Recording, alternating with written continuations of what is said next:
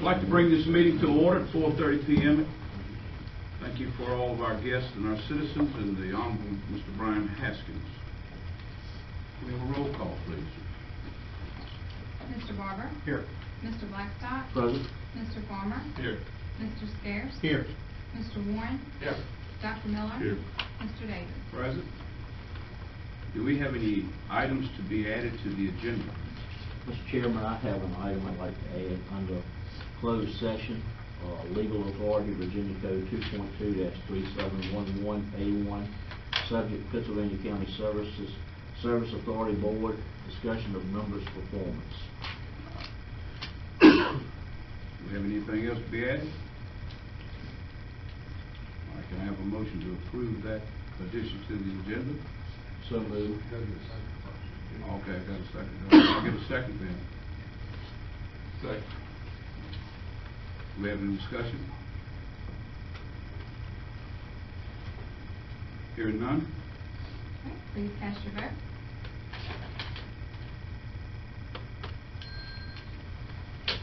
All votes have been cast. I will now close the vote. Motion carries unanimous. Now, can I have an approval? A motion for the approval of the agenda. So moved. Mr. Scarce. Do I have a second? Second. Second by Mr. Barber. Do we have any discussion? Okay, hearing none? Please cast your vote. All votes have been cast. I will now close the vote. That motion passes unanimous. For the citizens' convenience, all work session and committee meetings are now being recorded and can be viewed on the same YouTube location as the Board of Supervisors business meetings. Please remember that the board's work session is designed for internal board and county staff communication. Discussion and work is not a question and answer session with the audience. Accordingly, during the work session, no questions or comments from the audience will be entertained. Respectfully, any outburst or disorderly conduct from the audience will not be tolerated and may result in the offending person's removal from the work session. As a reminder, all county citizens and other appropriate parties are designated by the board's bylaws are permitted to make comments under the hearing of the citizens section of tonight's business meeting. We have committee reports, finance, solid waste, fire and rescue, policies and procedures. Mr. Smithman, is that you? Yes, sir. Just briefly, for those that were not in attendance, we did have 3 committee meetings this afternoon. Fire and Rescue Policies Committee heard an update on the performance of our fire and rescue service, a general update, and has forwarded for your consideration at the business meeting a slate of nominees for the Fire and Rescue Commission. The second meeting was the Finance Committee. They will be forwarding, or they did not forward, but and I think it was oversight on all of our parts, but we do have an item we need to consider at the business meeting regarding the Health Department's request for use of carryover funds. We also, during the Finance Committee, talked about extra duty pay and a system that we are investigating to help the Sheriff's Department and those that need extra duty, off-duty officers. And we will be bringing back some additional research next month on that. We also heard a request by Harris Communications for a change order request. That item died in committee and got a negative recommendation to move forward. And then we also discussed tuition payments for our school division. Generally speaking, we charge $1,700, or the school system does $1,700 for tuition to come from out of county to our schools. It was brought to our attention that the cost of the county, the cost to an average household is about a little over $2,100 per student. And I think the committee may consider at a later date future recommendations to what that fee may or should be. And then finally, we had a solid waste committee meeting where we had several updates on our improvements to our compactor system, and also the solid waste committee went into closed session, and we will have another closed session this evening to discuss the matters discussed at the committee level. I'm happy to answer any questions anybody has. Oh, I'm sorry, missed one. Also, the committee directed us to discontinue Saturday hours at the landfill and consider special openings during the spring and fall. Those cleanup activities, but the amount of traffic coming through our landfill on Saturdays is very, very minor. The committee felt like it was not warranted to continue year-round. Do we have any questions from the board? All right, anyone? Thank you, Mr. Smithman. Moving on to item B. We have a discussion. Mr. James B. McLaughlin on our cat policy. Mr. McLaughlin. So as James is getting spooled up, I will just remind the board, for the last several weeks, we've been forwarding information about activities at the pet center. We have had I don't know if it's a record, it's absolutely a record year because we haven't been keeping the stats that long, but certainly a record year on the number of cats that have been brought to our facility. We average close to 1,000 cats a year coming through our facility. Today, we have how many? Currently in care, approximately 240. 240 cats. So we're looking for other alternatives to control the feral/community cat population. And James is going to give you a presentation this evening about an alternative that we are investigating and pursuing as a county. So some of you, I think we've even had some sidebar conversations about constituents talking about the cat problem that we have in the county. And I think that we can't emphasize enough how bad the problem has gotten. So we're going to talk about how we've gotten here and then an alternative to dealing with it. Where are they all coming from? So when you see these hordes of cats and colonies throughout the county, especially close by dumpster sites and things like that, there are some citizens that are taking care of a lot of these colonies. This is a combination of wild or feral cats, abandoned cats, or free-roaming owned cats, where the owners are just letting them run loose and come back when they feel like it. Unfortunately, what we're finding is that all of these are generally unvaccinated and they're not spayed or neutered. The average litter is 4 kittens, and a cat can start having litters as early as 4 months of age and can have 3 litters every year. So it doesn't take a lot to understand if that's been going on for years and years, why and this is a conservative estimate, we have at least a few thousand that are out there around the county, and as long as they're allowed to keep reproducing, this is what we're looking at, a growing problem instead of a shrinking problem. The history of cats. So a lot of people don't stop and think about this. Cats have lived alongside mankind for over 10,000 years. It wasn't until 1947, when kitty litter was invented, that cats were generally domesticated. They were outside animals that have become domesticated by people only since the invention of kitty litter. Feral cats are wild animals, just like raccoons, possums, squirrels. They've reverted to their original disposition before being converted into domestic house pets. That's why it's important to see them as what they are, which is a wild animal. And I would like to also point out that we do not round up raccoons and squirrels and things like that. They're wild animals, and the only time that you'll see animal control responding is if there's a concern of some sort of an outbreak or an illness or injury. Feral cats are happiest living outside in their own territory. They have their own hierarchies. They live in colonies. They are able to fend for themselves. I will say, for majority of the colonies that are in this county, there are citizens that have taken it upon themselves to care for them with food, water, and things like that, trap them if they find them with injuries. Historical approach. From the State Vet's office tracks 5 years of statistics for all the shelters and rescues.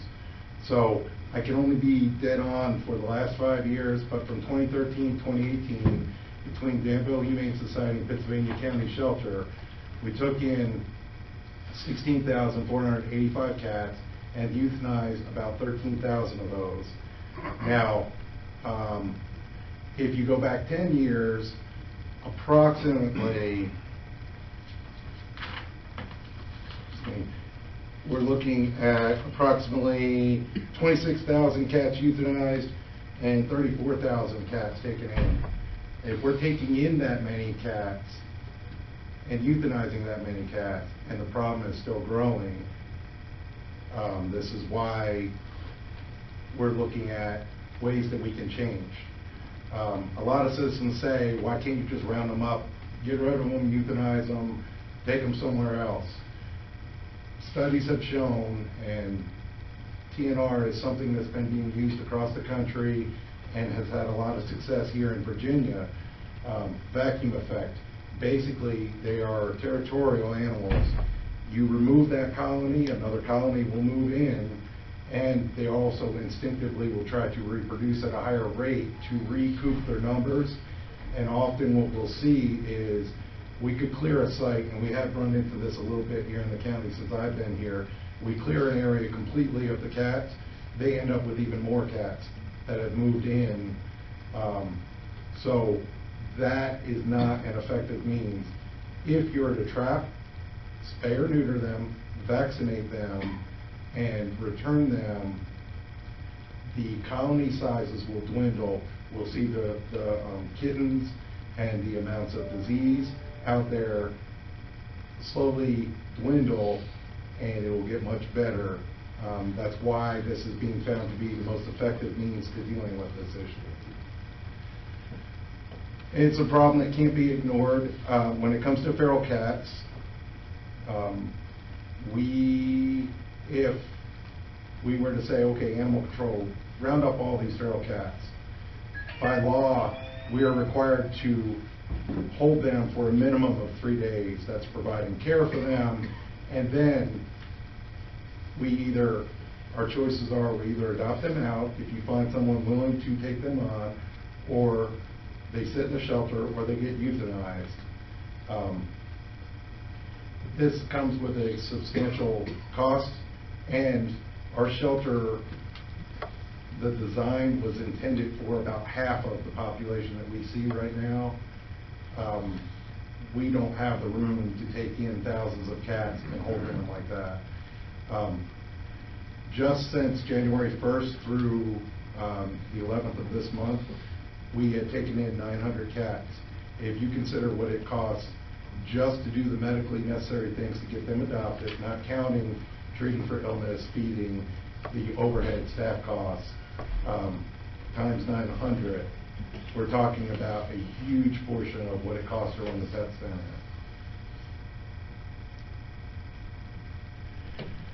So where's our approach gotten us so far? I think everyone would agree what we've been doing is not fixing the problem.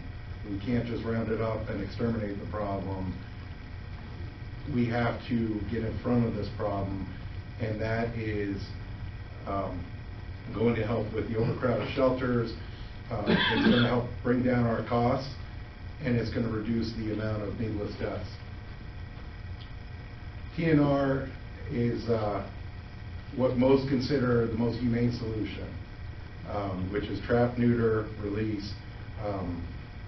Vaccinate is not in that acronym, but they also get vaccinated. We also test to make sure that they don't have feline AIDS, feline leukemia. If they do, then the consensus is, instead of putting them back out to spread it, those would be mainly euthanized. This has been in practice for decades, was first done over in England. They had a lot of success. In the last decade, it has really taken off here in the U.S., and there's been quite a few studies now that we've had over a decade worth of programs out there where it shows that the cats are humanely trapped, taken to vet, neutered, vaccinated. After recovery, they're returned back to the wild. The kittens and the cats that when they're trapped, when we find out that they're maybe a social animal that was just dumped, we keep those at the shelter. We work on finding them a home. This is a video from Fairfax Shelter on the effects that they had seen with their TNR program.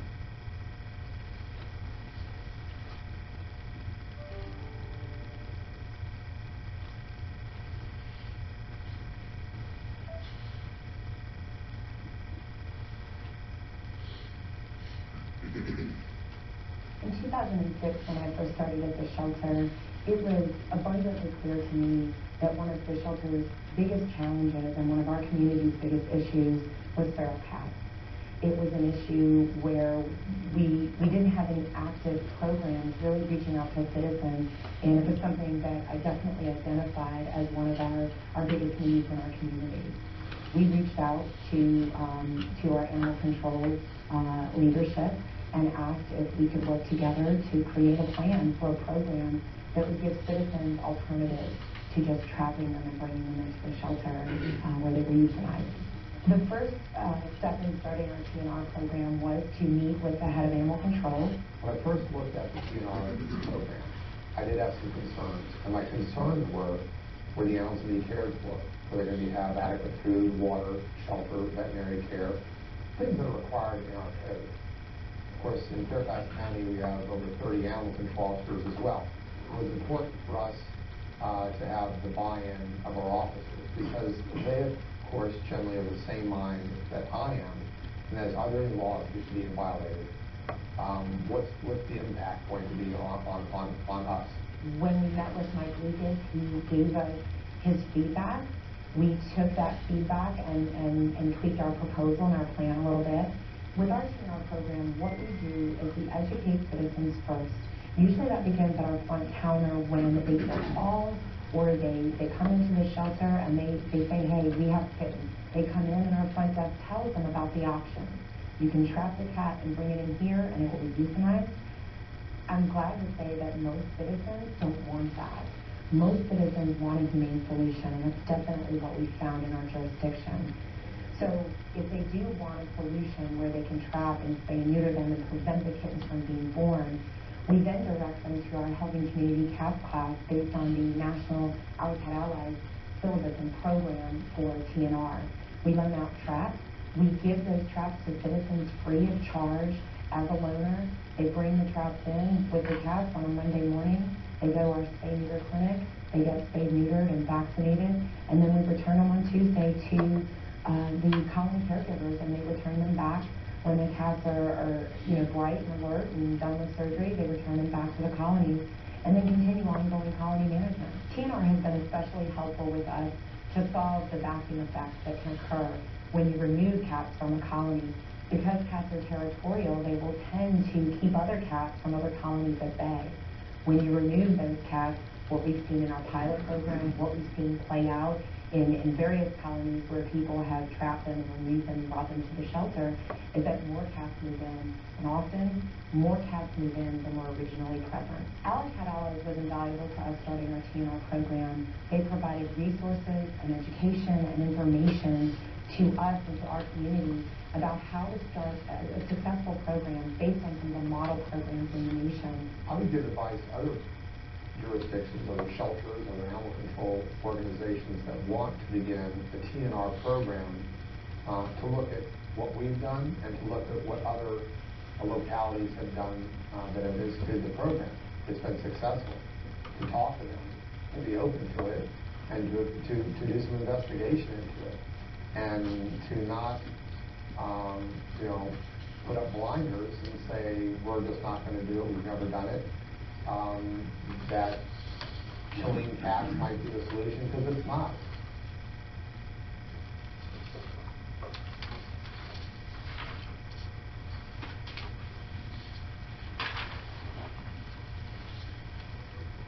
58% of feral kittens from 2002 to 2011 decrease. 41% decrease of unweaned kittens. With the season that we just had with kittens, that would be tremendous to get on this path and a year from now, 2-3 years from now, look back and say that we're not seeing those huge numbers of cats unnecessarily coming into the shelter for us to care for and try to place. And just to point out, as far as Fairfax, Arlington, Alexandria, Charlottesville, Lynchburg are just some of the municipalities. A lot of them got on board with TNR when it was a fairly new thing 8 to 10 years ago, and they were dealing with the same kind of issues that we're dealing with, and they don't have the overpopulation issue with the cats anymore. It is managed. They've also, everyone I've talked to in these municipalities is saying that while there was some people that were skeptical, they slowly came on board as they saw it starting to work, and it's going to take time, but it's a step that I believe that we need to take to deal with the problem effectively and humanely. The next steps, we have been working with Alley Cat Allies, and we were planning on doing some open forum public education, opportunities to talk about TNR, dispel some of the myths, make sure people understand what we're talking about. There is a upcoming legislative committee where Mr. Hunt and I have made some updates to our local codes to do with animals, and there is one minor change in there which would help us with the TNR effort, coordinating with the SPCA, private caretakers, and animal control. This is not something the pets alone can do, and we have been working with the SPCA to help certain situations where they have been the ones out there helping people with the trapping, and we have assisted with some of our grant funds to help get in front of this problem. It's going to take a lot more, but I do have quite a few citizens that are willing to help with this effort. This also means that the message coming from the pet center and animal control needs to be the same. It is an education for the public about TNR and why this is the best solution, offering resources and not just saying sign here and I'll take it to the shelter. We can't just keep moving the problem, and these are wild animals that are out there because of citizens, and this is the best and most effective way to get in front of the cat problem, see the population come down. We are using the spay-neuter grant that we received, and we're pursuing other grant funds in support of this. Alley Cat Allies is talking about possibly providing numbers of traps to help us get this, and other steps to help us get something like this up and off the ground. Any questions? James, before you take questions, you shared an example with me either last week or this week, and it illustrates that what we're fighting is education and the lack thereof. Gentleman brought in... we were closed one day. Gentleman was outside. I went out to talk to him. He said, I've got these kittens. He's like, I wish people would be more responsible. They keep showing up on my property. I can't keep them. So I said, the problem is not enough people are spaying and neutering. He said, I love cats. I got my own cats. I asked him, are your animals spayed and neutered? And he looked at me and he said, well, no. I said, well, then they're probably leaving litters at somebody else's house. And he agreed with me. He came down and got a spay-neuter voucher for each of his cats, and he made an appointment, and I believe that I've seen the invoice come back, so he got his animals spayed and neutered. But people, it is an awareness, and it is they're cats. They just run loose, and people don't think about it. But if they're spayed and neutered and vaccinated, it's going to cut down what we see coming into the shelter. It's going to cut down disease, and it's going to save the county a lot of money and save lives in the process. Any other questions? Yes, sir, Mr. Blackstock. James, I thought we were doing this in some places on a trial basis already. We have been, my understanding was that under Lynchburg, they were already somewhat doing this, and we have assisted in different ways. Our hands are tied as the shelter. Once the animal comes into us, we have to either adopt it, keep it, euthanize it. So the way that we have been working is I get a citizen that comes to me about a certain area, and once we talk to them, a lot of times they're on board with, yes, if you can help me get them spayed, neutered, I don't care about feeding them, I just don't want any more kittens. I can reach out to the SPCA, or there's a few other people that are out there trapping and willing to help. Set something up with a local clinic like Chatham, we can get those animals spayed, neutered, returned. We've started to fix the problem, we've assisted the citizen, and we've explained it to them. I have had a lot more citizens that when we explained it to them and the alternatives, they were fine with taking them back, than I've had that say, I don't care, I just want them gone. And a lot of it is just making them understand. They think that we're a no-kill shelter, and the term no-kill is confusing, so they think, just take them there, they won't get killed.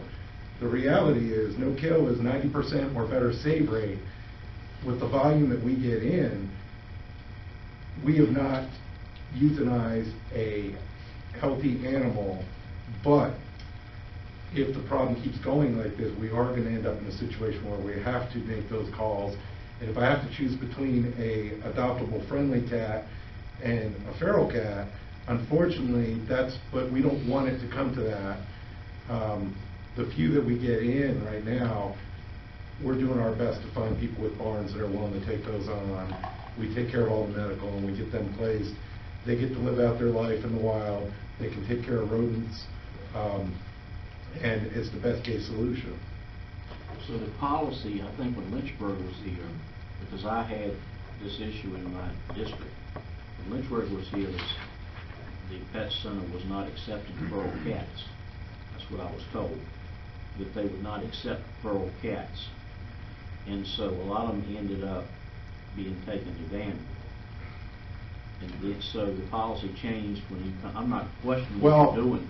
I want to make sure that I understand when I explain to citizens what we're doing with cats. We have done our best to maintain that same policy by talking to citizens, educating them.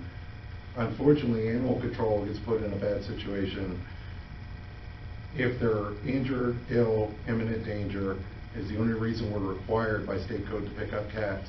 But if a citizen calls animal control about, hey, this is a nuisance problem, they're put in a position where they feel like they have to respond, and sometimes they're picking these up. We're trying not to pick those up. As much as possible, I have not, if the alternative is they're going to take them down the street and get them euthanized, I would rather take some and try to get them placed and not turn away a county citizen. But as much as possible, we are trying to stop feral cats from being brought into the shelter. Also, for clarification, we are not a no-kill shelter by policy. We strive to be a no-kill shelter. We may not be this year. We're hovering at 89+%. We're right at 90% as of today. So if it doesn't happen, it doesn't happen. But we don't want the board and the public to believe we're in this to get that designation. Of course, we strive to save as many as we can, but if we don't, we're still going to do our jobs. So I just want to be clear. Got any other statements from the board? Mr. McCollum, I would like to ask one thing. I appreciate the good job you've been doing. It's phenomenal. We're just feeding an alligator with the consumption of cats that we're keep entertaining. And it goes back to responsibility of citizens in the county. but it's also a slash in control. When we look at responsibility, that's one part of the route. We need to look for control, and and that can be a broad statement, and I'm going to leave it as a broad statement. I have my own thoughts on it that I'm not going to give out. But from that particular standpoint of control, that's the responsibility that is placed on the citizen in this county that occupies this county. When they no longer want an animal anymore, they just let it go. Well, it costs all the other citizens the upkeep of this animal. Well, it's no longer their responsibility, but it's ours. We're always kowtowed, always into this particular operation of where we're footing the bill for it, okay? And I don't have any animals, but I'm paying for them. So the thing is my question to you is, do you have a panel together of concerned citizens throughout the region of Pittsylvania County that could probably brainstorm something that could issue a control item? And I'm going to use that loosely. I would have to discuss that maybe with you at a later date. But on control, how we could control our animal population as far as cats are concerned, because that's our biggest issue at this particular time.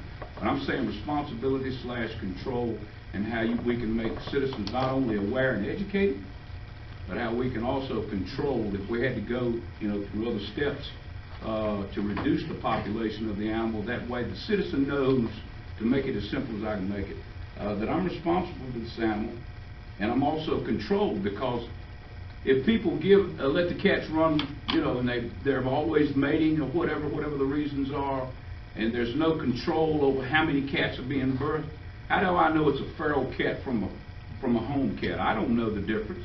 Can't tell. They don't come up to me and say meow, and then they got different meows, you see.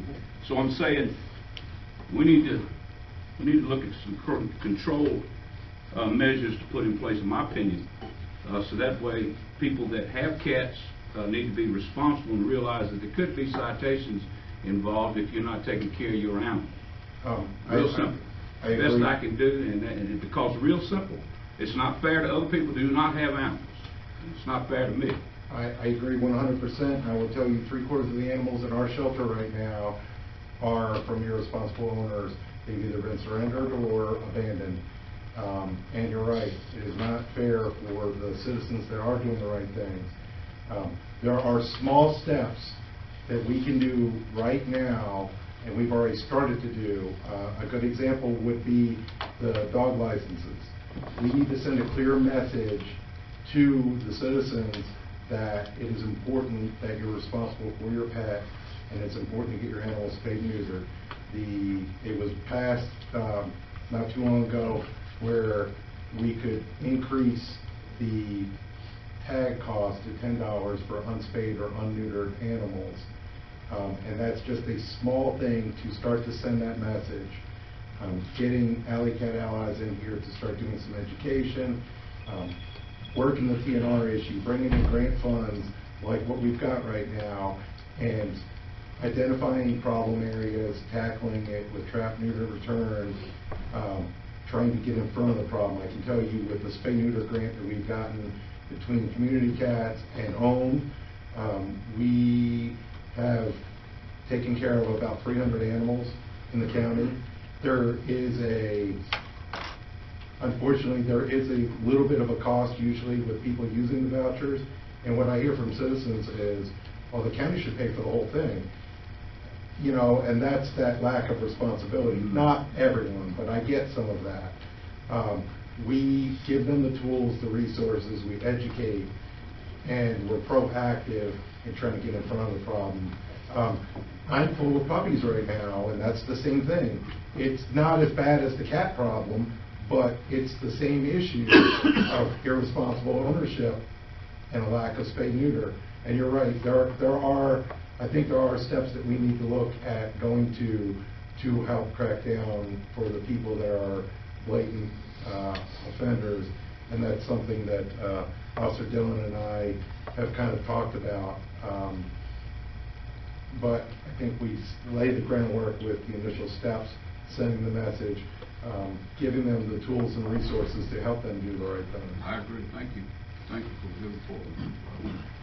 Moving on to item C. Reorganizational meeting date, Mr. Smithman. Yes, sir. We are trying to plan ahead for the board's reorganization in 2020, where we'll have 2 new board members. We're proposing Thursday, January 2nd and Tuesday, January 7th as 2 possible meeting dates for organization.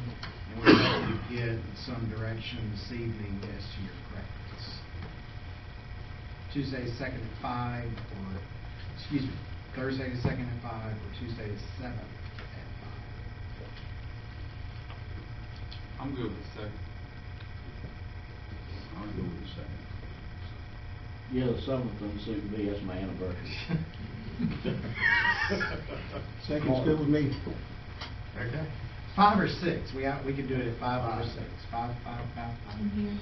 And we'll do it right here. Oh, I forgot I'll be in Florida. We'll carry on. All right, any other statements to make? Okay, moving right along. We're looking at a resolution, 2019-11-02. Mr. Scares. I'll try to get through this quickly. I came up with this resolution. I reached out to the Virginia Citizens Defense League to get the wording from Carroll County when they passed their second sanctuary county resolution.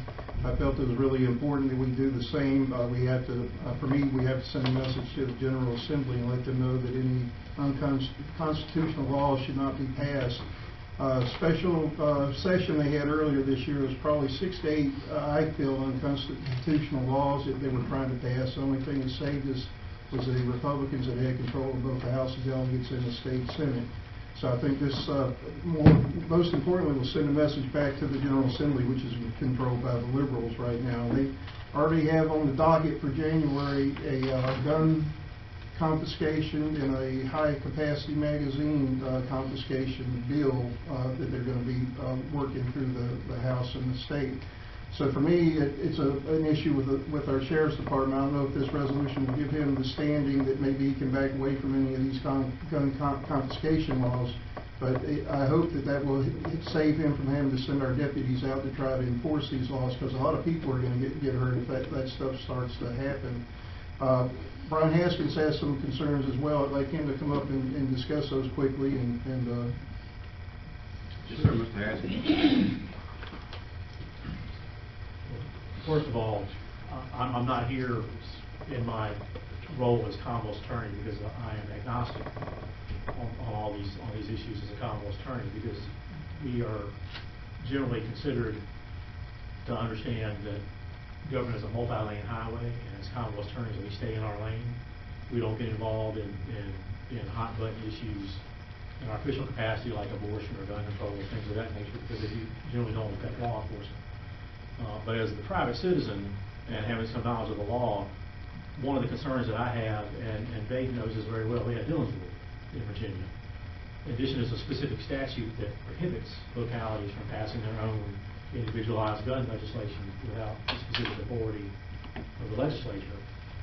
But I am aware that the governor has announced that he is in support of a modification of Dillon's Rule in some form that will allow localities to pass their own gun legislations. Yesterday was the first day for pre-filing of bills with the Virginia legislature. And anybody here who wants to see what the legislature is considering, go Google Virginia or space LIS, and you can get the legislative information system. You can see all the bills that they're considering right now. Mr. Scares is correct. There are some bills out there there's one that will confiscate without any compensation firearms right now, certain firearms that are deemed assault firearms. None of these have passed or anything. They're just bills that have been dropped that have been considered this year. And if anybody has any consideration of those bills or has concerns about them or favor them or don't like them, please contact your legislators, as I intend to do. But as a private citizen, one of the concerns I have with the request to modify Dillon's Rule is that it can lead to what I refer to as a balkanization of gun laws across different jurisdictions. And you may go from Pittsylvania County, say, to Charlottesville to go to a football game or to go shopping or dining, although I encourage you to stay local with those things. You'll have several different jurisdictions you'll travel through, and you're not going to necessarily be aware of the local ordinances that have been passed. And no one should fall afoul of a local ordinance, in my personal opinion, because they don't live in that jurisdiction and don't read that local newspaper and don't know, as they're traveling that jurisdiction carrying their firearm for self-protection, that they might violate a particular statute. So that was the one thing that I had. Now, somebody's already asked me whether I'm going to enforce gun legislation that comes out of the legislature, and the answer is I'm sworn to do it. I can't tell you what we're going to do until we see the legislation in its final form. But I do have a personal concern that the legislature may not take into account the safety of Mike's officers when we are looking at some of these other bills too. Because if we're talking about the extreme risk protection order, constitutional issues aside, my personal fear is that officers' lives are going to be at risk if they show up at somebody's door unannounced and say, "Give us all your guns," particularly if the person is already potentially unstable. And you have to balance that against the risk that person might be to the county or the citizens of the county. But my concern is that the legislature needs to pay attention to the lives and the risks that these officers are when they go. I can answer any questions you have about my personal feelings about the Second Amendment, but as a citizen and a member as a citizen of the Westover District, Mr. Scaris is my supervisor, and I've talked to him about this and given him my opinion. I am firmly of the belief that the Second Amendment protects an individual's right to keep and bear arms. It is not tied to the militia. It is not, you have to be in a militia to have the right to keep and bear arms. I can go on for an hour more about that. It's been a study of mine for many years. But my position on the matter is that it is a fundamental individual right that was not created by the Constitution, but was recognized as a core individual liberty. Because the Constitution does not tell us what we cannot do, what the government is allowed to do, and then what the government is not allowed to do. And if you have an opinion on these laws, then I encourage you to get up and speak as I have. But I am in support of the resolution. I understand its symbolic nature, but I am in support of it as a citizen of the county. Can I ask one question? Yeah, absolutely. If this law was to pass, can a locality sue the state against it? Well, they would probably have to answer that. I know an individual citizen who's agreed. For example, one of the bills that I've read that's been dropped is one that will confiscate assault firearms. And if it passes in the form that it exists right now, it's just been pre-filed. No one else has looked at it. It has a patron in the Senate. But it has just been filed. And if you have an AR-15, which is a popular rifle, your choices will be to surrender that firearm to the government, to render it permanently inoperable, or become a felon and risk going to prison for 5 years by keeping the firearm. Those are your three choices. And there's not even the pretense of a buyback, for which it's a pretense because the government can't buy back something unknown to start with. But there's not even an offer of compensation. You just have to get rid of the gun. If that were to pass, I'm certain there'll be some challenges to it. Whether it's successful or not is beyond my knowledge, because I'm not the greatest constitutional scholar on the Second Amendment. But I can guarantee you that private citizens will file a lawsuit against it.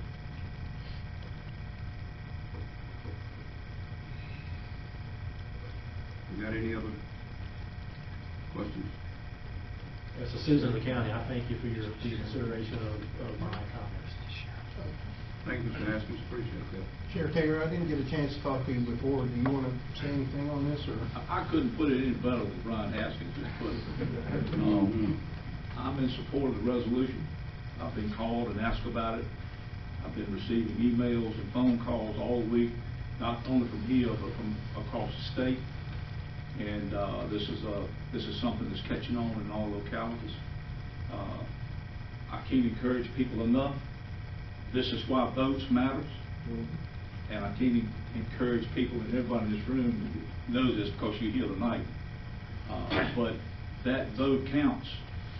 So when the next round of legislation comes about, you need to be at the polls, and you need to call your legislators and let them know what you think about this, as I plan to do too. Thank you, sir. Any other comments?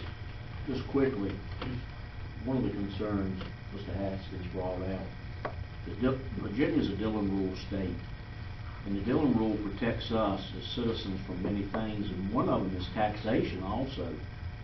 This body cannot decide willy-nilly tonight to start taxing ball caps, okay? Because of the Dillon rule. We only allowed to tax things that the legislature gives us the authority to do. So when you start tampering with the Dillon rule, you're tampering with something that protects us in a big way. And that's a very big concern. I'm also a big gun rights person. I grew up following my grandfather bird hunting.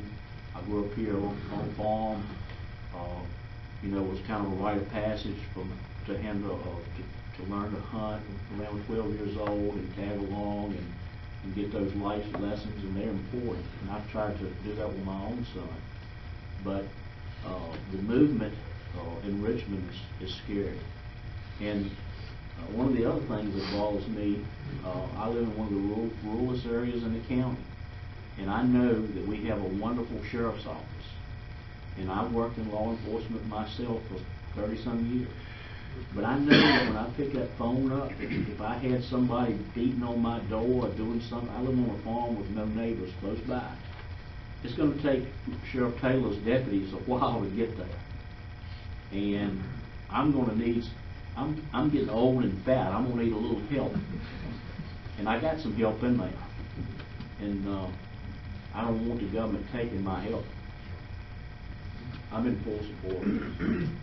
Yes, sir. Yes, sir. Mr. Chairman, I've got a lot of emails from people all over the place talking about we don't need military-style weapons. Well, I got 30-06, a deer hunt whip. That was a choice weapon at one time in war as a sniper rifle. Is that a military rifle? I shoot a 308 now. That was a choice gun. I mean, we all know it's best common sense.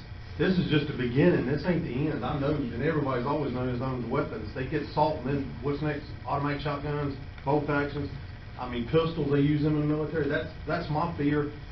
I mean, the government is too big, and we all know it's about control. And I'm in support of it 100%. I just hope it has an effect because everybody knows what we're up against now. This is the card is stacked against people. I've hunted all my life. I hunted yesterday. I'm gonna hunt tomorrow. I've done all my life, and I've had guns since I was 8 years old. I used to walk up 58 and go dove hunting at 10 years old with a shotgun. I didn't kill anybody. I've never shot anybody. I don't understand why they think a gun kills somebody. A gun does not kill anybody. If it did, mine would be killed, but I've never shot anybody. But when I supported the background checks, they got strict background checks. I went and bought a gun at Rural King not too long ago. They checked me out thoroughly. I mean, I'm dead against gun control because I know this is a foot in the door, just like everything else in this country. Got any other comments? Well, I'm going to speak as well, and I'm going to be in agreement with the gentleman that just spoke. I'm not a hunter, I'm a fisherman, but the fact of the matter is I don't believe in gun control either. I am a believer in the Second Amendment.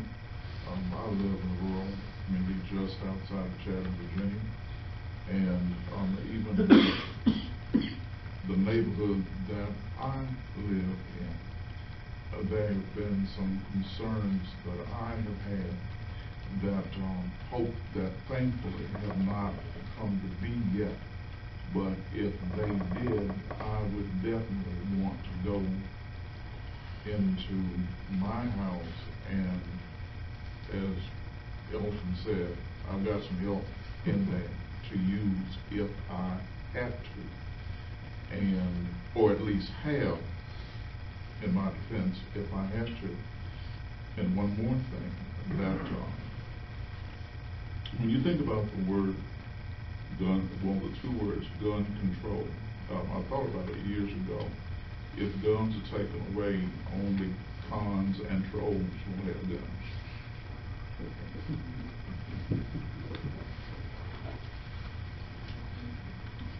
Got any other statements to make? Probably the best thing this board now to do would be a motion second to add this to tonight's meeting under matters in work session for potential adoption. I'll make that motion. Second. Got any further discussion? Well, I have some. Being a former veteran, as far as my spill on this, you know, I had to think about it, and it just come to me a little while ago, is when it comes to weapon confiscation, it's a proven fact that that's not the answer. And when you take an automobile or jets and fly them into buildings or drive vehicles up into masses of people, or you take box cutters like they do in China and cut people up, you know, if a person wants to kill people, they're going to kill them, whatever the vehicle that they use. So when it comes to the law in our land, the prosecution as well as our sheriffs are held under such a great demand to keep in place. As far as I'm concerned, a weapon is just like the law. It does one of two things. It either protects or it executes. You measure the fine line between the two. And if anybody could come up and give me the algorithm on that, I'd like to know. So the law does one of two things. It either protects you or it's going to execute you. Same thing with a weapon, in my opinion. So that's why we have the legality in the United States as far as citizens through our Constitution. And I would weigh in on it. I appreciate what the sheriff said. I agree. We have a governor in office, I've met him, who is setting forth a very strategic plan, and that is to divide and conquer the state of Virginia. I also know who his puppeteer is. So anyway, going along those lines, and I don't care if I get a conversation with him, I'd love to have a one-on-one conversation with this governor. He wouldn't like it with me after 8 minutes. But I will say this, I do know in our rural area, I'm for weapons. I have a few. I have a few, a lot. So it'd be a bad thing to put our law enforcement at a bad disposition when it comes to the county that we have here, that we got guns, where we took them to school, shotguns in the back of them. That's normal. I mean, teenagers take them to high school, in the back of your car, rod and reels, the whole gamut. Now all of a sudden, anyway, so that's my take on it. I do appreciate the comments from the board. All I can say is that we're just going to have to lock and load, Sheriff. Thank you. Moving along. Yes, sir. I have one more comment. I forgot. You know, on my wall at my office, I got Ronald Reagan had saying, "Freedom is one generation away from extinction." And you know, I've thought about this since the 80s when I first I voted for Ronald Reagan. I see it now. He's exactly right, and I appreciate everybody coming out, because you got to fight back, because I can see it. Our freedoms are being taken away before our eyes, and I mean, one size don't fit all in this country, and it don't fit all in Virginia. I've noticed that. A lot of people think Virginia's a very liberal state. In certain areas, got all the population. I go all over the place, and I mean, most people hunt, fish like I do. You go certain places they don't, but they got population. Anyway, I do want to conclude right here. I do like what Reagan also said. The worst fearful words in any conversation with a political body is this, that we're the government, we're here to take care of you. And that's where we're at. you know, so government can't fix the problem, they all the problem. Yeah. So we had a motion, and we had a second. No more discussion. Hearing none. Please cast your vote. All votes have been cast. I will now close the vote. And that carries unanimously. All right. Now we have a courthouse assessment presentation. You skipped other reports, but I don't think we Oh, I did? Other reports is exactly right. Do we have any other reports? I already knew that. That's why I skipped it, but anyway, so you thought. No, I missed it. Thank you, Counselor. The detail. Courthouse assessment presentation. Mr. Hicks. Okay, you have a copy of the final draft in your agenda packet. And we've also got copies of the presentation this evening that we'll pass around. Tony Bill with Mosey Architects is supposed to be here. He's on the way. But he does have his assistant, Louis Guitar, here with you, Mosey. And he's going to give you a presentation on the final report. It is in your agenda package at the business meeting under consent items to be accepted and approved. If you guys got any questions, I'm sure Mr. Tarp will be able to answer those for you. And it is on your business meeting agenda to approve. Louis, go ahead. I'm Louis Katarski. Says I'm with Motor Architects. Tony Bell usually presents these. I'm usually in the back row or back in the office doing the work. So we want to just talk a little bit about the project. We presented this at least 3 times now with the Building Committee, with the Judiciary Committee, and with the board at a previous work session. We have submitted a draft final report, and so as Richard says, we're here to your approval of that draft, and to make it final and then it will be completed. But most architects was retained to develop a comprehensive justice needs assessment, not only for the courts, but also for the jail. So more than a year ago, started out with individual groups and coming up with the requirements for the space, so what we needed for the court, and then for the jail. So here's a brief agenda. We developed the space needs. We're going to talk a little bit about the existing site, the program that was developed for the court, for the jail. We were first looking at a jail for about 190 total. Then we also looked at a reduced size jail after some input from some of the users, and then the schedule. So to start off, I know you can't read that, but after we did all the interviews with all the groups, we looked at a need for about 87,400 square foot for a courthouse to accommodate all the courts, the juvenile, general district, and circuit. It would also accommodate Commonwealth's attorney, JDR CSU, and the sheriff's component. So you can see here the site that we have. It's about 6.5 acres. That's made up not only by the court and the jail, but we also have the Board of Education facilities. We also have maintenance facilities. We have the communication tower. So there's a lot of amenities on that property. The other thing to note is that if you look from Main Street to the east, the site slopes about 52 feet total. So we have a huge change in grade from very top to the bottom. So that also came into play with the layouts. Over a year, we developed a bunch of different options for the site, whether we do the court, whether we do the jail, whether we do both. And kind of the form that was developed after meeting with the different groups is that we could get the court facility here. It's a 3-story plus a lower level.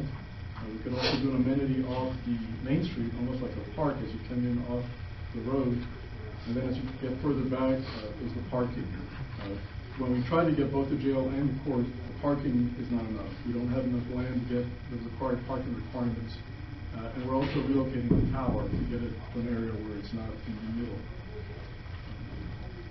So this picture is more just showing you some of the details about the grade changes, but you can see that in the layouts, we're able to accommodate another floor by taking advantage of the grade. So again, 87,400 square feet is what was developed for the program. So the first floor really is the one that's the most foot traffic, and that's where we have circuit court and where we have general district court, more of a walk-up type work. And we get one courtroom. We also have the opportunity to add another courtroom in the future as we grow. Second floor is juvenile court and juvenile components. We have Commonwealth, and we also have the CSU. And then top floor is the circuit court with its functions. As I mentioned earlier, we have the ability to get a lower level, and that lets us put the sheriff's central holding and the Sally Port all happen in that area. And what you see there is the little connection. I'll go back one slide. The red area is the holding area, so all the courtrooms feed directly from the holding into the courtrooms. There's no concern with security there. So then our next go-around was to take a look at the jail and what we needed to do with the jail. And what we did is we looked at the capacity right now, which is about 160 daily population. We have 50 that are kept within our jail and 110 that are at the regional jail. So the first look was, can we get all 160 into one facility? Then operationally, we prefer a 1-story because of the circulation and the way to get up and down through the building. So you can see how 1-story, how much that takes over the entire site of what we have available. So we looked at this. We also looked at a couple of options where we could take this off-site. But for us to take it off-site, we would need a 15 to 20 acre parcel to be able to do that. And then here's just a little detail that the lower piece, and I'll show you some blow-ups next, is the administrative and the functions of the kitchen and some of the other administrative areas. And the top are the different types of cells or housing that we have. And if you go back here, you see we have maximum, medium, minimum. We have some community custody for some of the programs, and then we also have some special purpose areas. Similarly, I'll just show you the blow-ups. So here's some of the details of some of the areas inside the administrative component, and then the different wings. They each have their own rec yard, so they can go out there. Then we also looked at, well, what if we do a 3-story? And we could do a 3-story here in the area, but again, it takes a big chunk of the site. And the 3-story, again, here's one where we show them both, but we don't have enough parking. This would be, probably would need a structured parking, and that would be terrible to put in the largest county here in Virginia and put structured parking in this area. So this would be the development of a multi-floor layout. You can see administrative and the other functions on the first floor, and then the sublocks are on the upper floors, the housing. So after we looked at this, and also some input with the sheriff, we were seeing, could we do a reduced jail, a smaller jail that would allow us to put only 60 beds in, and then we could use the other 110 to be at the regional jail. And so what we developed here was the option to be able to get the 1-story here on site, or we could do a 1-floor option off-site, needing about a 5-acre parcel. So that was where we left it last, is we were going to, with the county, look at some of the other sites that would help us to identify where we could do this off-site. And as you can see here, it's a much smaller footprint. We have a mix of the different rooms that could be changed from cells to beds, and so we could change the different makeup very easily. Again, these are the schedules that we've had. We have met with the Property Building Committee, with the Planning and Oversight Committee. We presented twice here to the work session to the Board of Supervisors. And our intent today is, as Richard mentioned, we submitted a draft report and seeking approval of that draft report. The next step would be for us to then turn that draft report, final report in, and have the county continue to refine additional sites. But also, we have not followed forward with the planning study for the jail, at which point we would then be able to formally present that and then look for the additional funds that we would get from the state. And I believe it's a December deadline for submittal, so that we can do it this year or we can do it next year. And that's kind of where we were left. The other pages that are in the back of the report really just gave you a breakdown of the costs. We were looking at about $40 million for the new court, $49 million, sorry, $40 million for the large jail, and about $17 million for the reduced jail.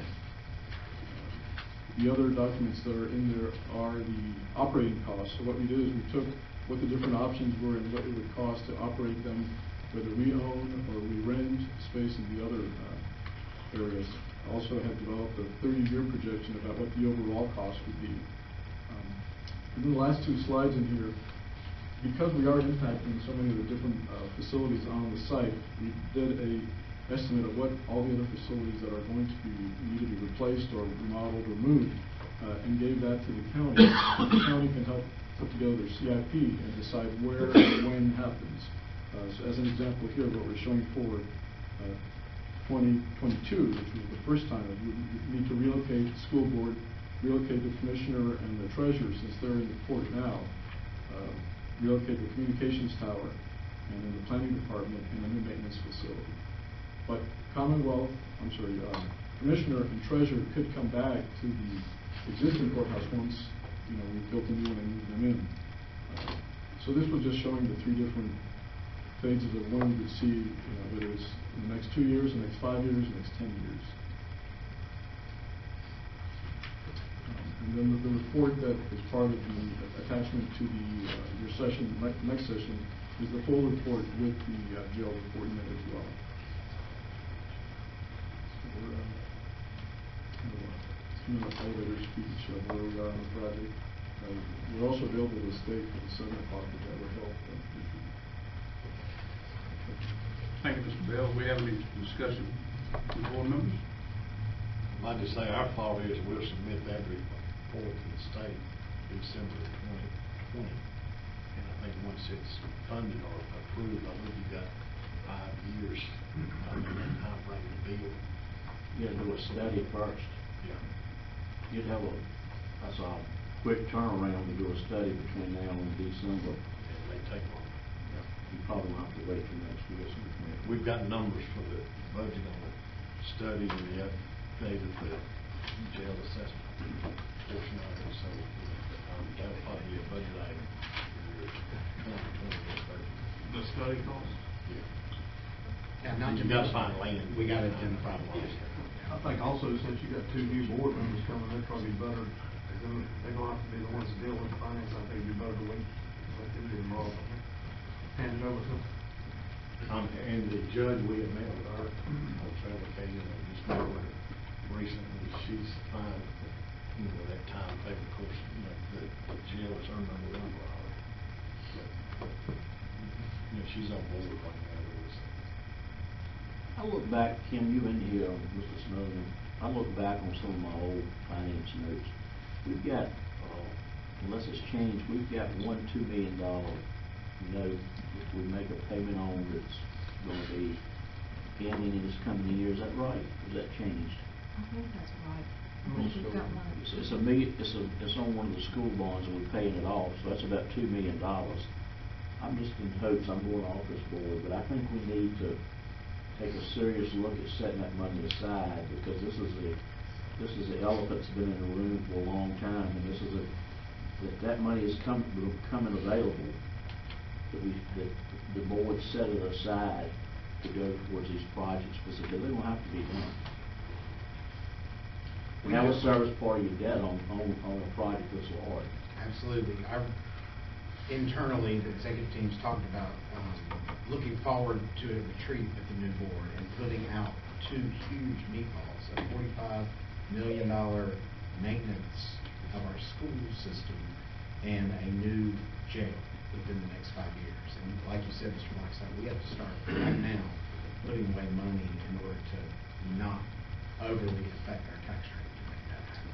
So we agree.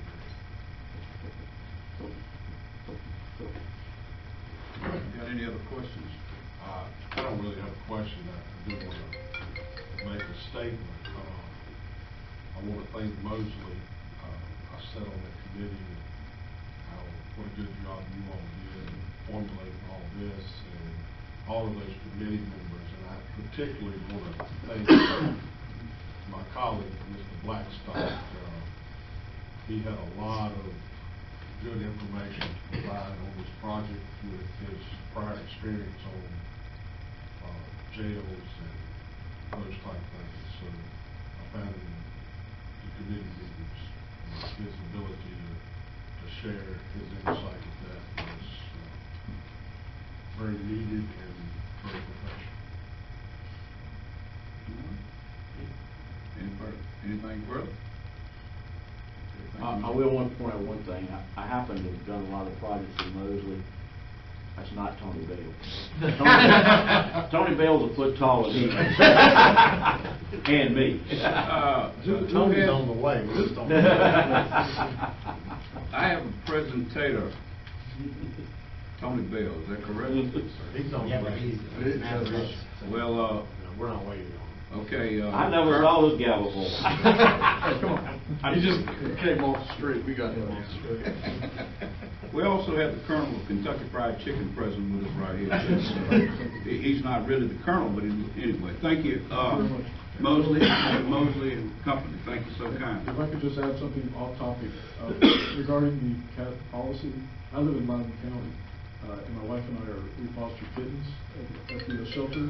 And what's interesting about what we do is that someone will bring in a feral kitten or kittens. They hold them there, and so what you have to do is hold them until they're 2 pounds, where they can then be spayed and then they're adopted. So that was our role. So they were feral kittens that were brought in. The shelter then finds volunteers to foster them until they're large enough. If you try to get a kitten on a kitchen scale, it's impossible. But anyway, that's something we can have allowed. I need some oil, we'll send you. Yeah. How many are you willing to foster? How much room do you have? James, I'm headed to Northern Virginia this weekend to see my daughter. I'll bring up. Give them 50 cats. All right. Moving on to item 7, business meeting discussion items. Do we have any? No, sir. All right, closed session, Counselor. Sure. We have 2 closed sessions tonight. The first one is consultation with legal counsel employed or retained by a public body regarding specific legal matters requiring the provision of legal advice by such counsel. Legal authority, Virginia Code Section 2.2, 3711A8. Subject matter, out-of-county solid waste acceptance at county's landfill. Purpose, consultation with legal counsel regarding legal agreement regarding acceptance of out-of-county solid waste at county's landfill. The second one, we're going into closed session under personnel, legal authority, Virginia Code Section 2.2, 3711A1. Subject matter, Pittsylvania County Service Authority Board. Purpose, discussion of board members' performance. Need a motion, second discussion. So your motion. So moved by Dr. Miller. Second? Second. Second by Mr. Scarce. Any discussion? Mr. Hearing none. Chairman, is it all right if we invite Vic Ingram into the closed session since he's newly elected? Wait a minute, we've had a motion and a second, and now we're discussing. Okay, all right. You know, it's up to the board. Well, the Virginia Code states that you can invite the board can invite any person to closed session if they think they have information or skills that can assist the board in discussion. So it's up to you about what you want. On the personnel issue. Yeah, I don't recommend it on personnel. That's what issue. I was saying, I just don't want nobody to get in trouble. And I was talking about the other. Well, you know, I think that the out-of-county trash would be appropriate for him, but I do not think it'd be appropriate for the personnel issue. Yeah, that's fine. That's what I forgot. Wasn't worried about the other. Okay, so we don't have to do anything. We've already got it. So we've had discussion, first and the second. Now, We need to vote. hearing no more discussion. Mr. Warren, that's okay, you don't have to say. Yeah. Mr. Warren? Yes. Mr. Scarce? Yes. Mr. Farmer? Yes. Mr. Blackstock? Yes. Mr. Barber? Yes. Dr. Miller? Yes. Mr. Miller? Yes.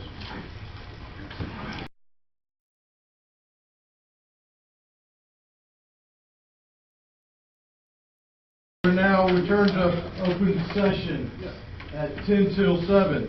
I'll now certify, be it resolved that a meeting of the Pittsylvania County Board of Supervisors on November 19, 2019, the board hereby certifies by reported vote that the best of each board member's knowledge, only public business matters lawfully exempted from the open meeting requirements of the Virginia Freedom of Information Act and identified in the motion authorizing the closed meeting were heard, discussed, or considered in the closed meeting.